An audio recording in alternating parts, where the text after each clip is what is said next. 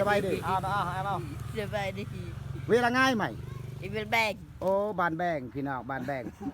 ไอ้ย่างในกระทงหันเบิ้งในกระทงอันมีย่างโอ้เก็บเหล็กสิคายไผ่เหล็กนี่คายไผ่ ใครยืนคนอยู่ระงาม โอ้คายให้คนเรางามเพิ่นย่างมาแต่บานแบงเนาะโอ้เพิ่นย่างมาแต่บานแบงเก็บเหล็กมานำเพิ่นว่าเพิ่นทั้งเหล็กทั้งกระป๋องเด้อนี่เบิ่งพี่น้องโอเคอ้าวมีย่างเด้อไอ้ต้นเพิ่นเด้อโอ้มีครอบครัวแล้วบ่ย่างวะอยู่นำไผแต่ละมื้อนี่ อยู่คนเดียว อยู่ผู้เดียว เขาเฮ็ดเทือนคนเดียว อ้าวเขาเฮ็ดเฮือนจะอยู่ผู้เดียว ก็อยู่คนเดียว บัดนี้เข้าน้ำไผหาให้ เขาไอ้ต้นก็เขาให้ข่อยก็กินไปนั่นนะ โอ้คันบอกก็หาเงิน หา เหล็ เงิน ขา ก็ ย กินอ๋ออ้าวบัดนี้เบาหมู่บ่มีหยังเบาหมู่มีเงิน10,000เด้อให้เด้อนี่เด้อ เฮ็ดใจ อ้าวให้มีกำลังใจเด้อสู้ต่อเด้อมีหยังเก็บเหล็กขายเด้ออ้าวมีหยังสู้เด้ออ้าวนั่นมื้อละไอ้ต้นอ้าวผู้ใดมีน้ำใจบุญเด้ออยากซอยเรือเพิ่นพี่น้องอยู่บ้านแบงเมืองหาแตงแขงสิกองเด้ออยู่บ้านแบงเมืองละม่ามอยู่แขงสิกองเราสู้ชีวิตเลยนี่มือแคนตัวนี้ย่อได้บ่โอ้แคนคดแต่น้อยบ่นี่นับแต่น้อยมาหรือว่าแบบเป็น ตอนประมาณ5 ปีปะนมพุ่นนะ โอ้อายุ5 ปีเริ่มปานมเนาะเริ่มปานมแล้วประเดี๋ยว ก็บ่ฮู้แม่ข่อยตาย โอ้โบนแสดงว่าสู้ชีวิตผู้เดียวเนาะอยู่ผู้เดียวอยู่กันผู้เดียวหาขายเล็กขายโลเนาะขายเอามีหยังเด้อให้มีกำลังใจสู้เด้อขอให้หมู่ข้อยก็บ่มีเงินส่งนี่ก็พอได้เอาบัดนี้เจ้าสิย่างเมื่อตัวนี้เล็กคันจะได้ไล่บัดมันหนักได้นะได้สิเอาเมื่อได้ ก็ค่อยเมื่อ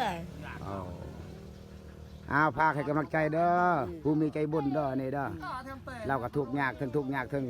เสียองค์พระเพิ่นอยู่บ้านแบงเมืองละมามแขวงสีกองนี่ใต้ต้นเบาโมกเห็นก็เลยมา พ่อ ถ่าย แม่ก็บ่มี พ่อแม่ก็บ่มีเพิ่นว่า อยู่ก็อยู่คนเดียวลำบากคนเดียว เอาบัดนี้เจ้าย่างเบิ่งค่อยสิเบิ่งว่าเจ้าย่างได้สำได้อ้าวจะเธอเล็กเมื่อเลยบัดนี้ใส่เกิบแน่ใส่เกิบให้ใส่เกิบ ข่อยยังบ่ทันจักเมื่อนั่นนี่ อ้าวย่างบ่ทันจะเมื่อวะ โอ้แสดงว่าท่านอยากเมื่อก็ได้นั่งร่วมกันกับหมู่คู่ก็ได้จะน้อยหักเพิ่นก็ได้ไล่เด็กกระป้องจะเสหมู่ก็สิเซอร์บ่กระป๋องนั่นเขาเอาบ่อันนี้โยมเหมือนกันเนาะ อยู่หมด โอ้เพิ่นก็ยังรู้จักเหล็กเหล็กเพิ่นได้น้ำหนักเลยนะบ้าพ่อค้ามื้อนี้บ่มีพ่อค้ามาซื้อเหล็กน้อยต้นเพิ่นทราบเพิ่นเอาเมื่อเพิ่นเนาะคันมีก็ขายเลยแถวนี้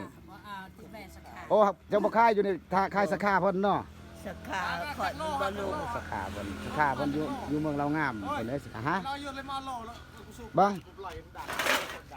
ประมาณ ติดดอก เพิ่นบ่ขายเพิ่นเว้าแต่ยังขายสาขาเพิ่น สาขายังกันเฮาซื้อแพงบ่ซื้อสับ บ่นะ ส่วนไล่ซิ่งนำพวกซื้อนำพวกซื้อทั่วไปนี่ส่วนไล่ซิ่งมันแพงเนาะ เขาบ่อยาก กันขาย ให้เมื่อเนี่ยเฮาสิซื้อ บ่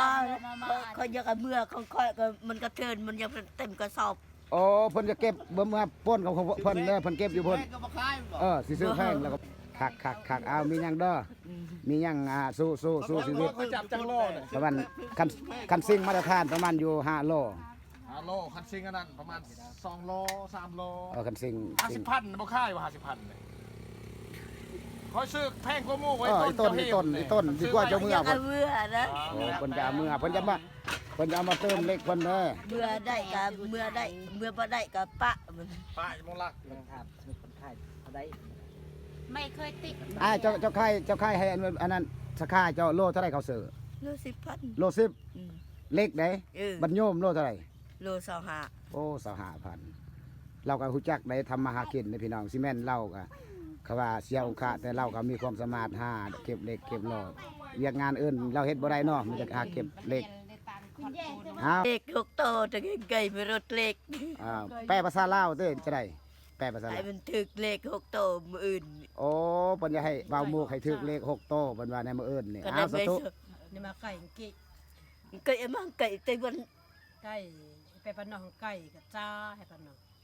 วันศุกร์ถึงไก่แต่ก็ไก่วันพฤหัส เพิ่นจะให้เบาหมู่ถึกเลข6โตเพิ่นให้ร่ำรวยเพิ่นน่ะอ้าวขอบใจอ้าว เล็กบ่หัน อ่า